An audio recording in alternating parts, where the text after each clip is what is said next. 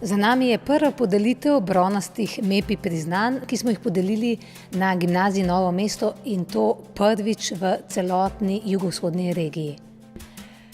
Priznanja je prejelo 5 mladih deklet, ki so po dolgotrajnem trudu in vztrajnosti uspele priti do konca.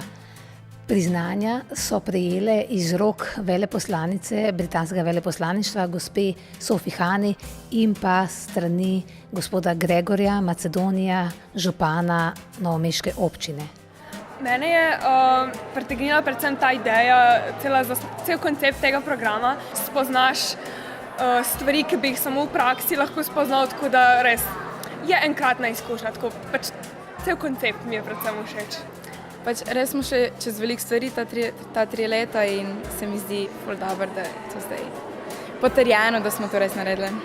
Ni veliko potrebno, da narediš vse skupaj, najtežje začeti. Zdi se mi, da je program prav nekaj posebnega. Mislim, da bi sleherna šola v Sloveniji morala sodelovati v tem programu. Ponuja čisto ene druge dimenzije, ki jih pač šolski sistem kot tak ne ponuja. To, da v bistvu otroci oziroma dijaki, študenti lahko sami odločajo, kaj se želijo naučiti, kako bodo do tega prišli, si poiščejo ustrezno pomoč na področjih, ki jih želijo opravljati, se mi zdi fantastična. Čez vsa ta področja lahko preizkusiš svoje meje, kje je tvoj limit, do kje lahko greš in dejansko vidiš, kje si. Mogoče največ sem se naučila na tej odpravi. Naučila sem se stvari, ki jih dejansko bom lahko uporabila. Najbolj mi bo ostalo v spominu sodelovanje med nami, na primer na odpravi. Potem to, da sem lahko delila svoje znanje z drugimi ljudmi, na primer, ko sem imela inštrukcije. To, da sem se naučila nekaj novega, kar mi bo zdaj zavedno ostalo v spominu.